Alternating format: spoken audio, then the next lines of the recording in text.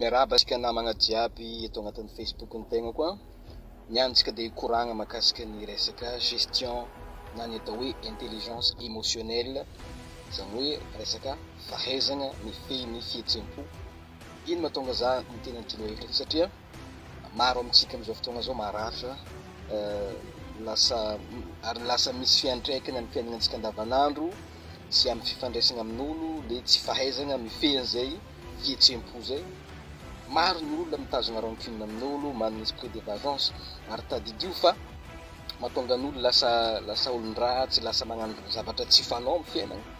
Dia avy ao agnaty fo le izy, miainga avy tamina blessure intérieure, dia lasa mitarika an'le olo magnano zavatra hafa avakeo. Satria io nge miainga avy amina pensée le izy, le pensée matetika mivery agnaty saigninao koa, dia avy igny zavatra igny milatsaka agnatin'ny fo, dia lasa mivadika action le izy avakeo. Ka io zegny miankina amin'le qualité-na pensée sy qualité-na fo, inona zavatra agnatin'ny fonao koa, zay zavatra hoe manana quantité betsaka agnatin'ny fonao no lasa réalité, lasa action ataonao.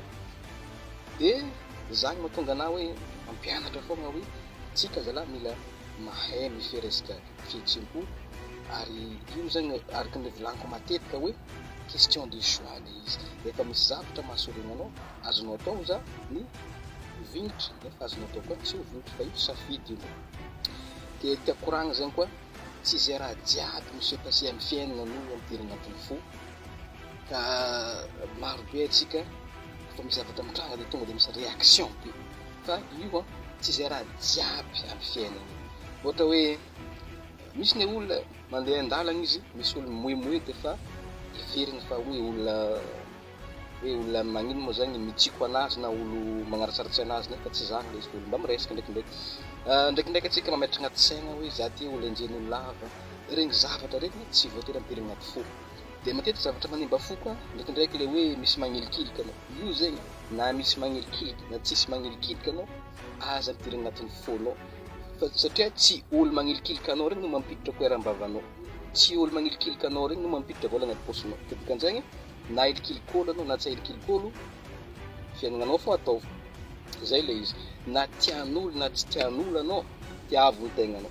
Anao raha mahay magname valeur tegnanao, raha mahay mankatia tegnanao, voasarika ho azy ny olo. Hoe fomba karakory zany mahatonga anao asarik'olo nefa na ny tegnanao aby tsy tianao.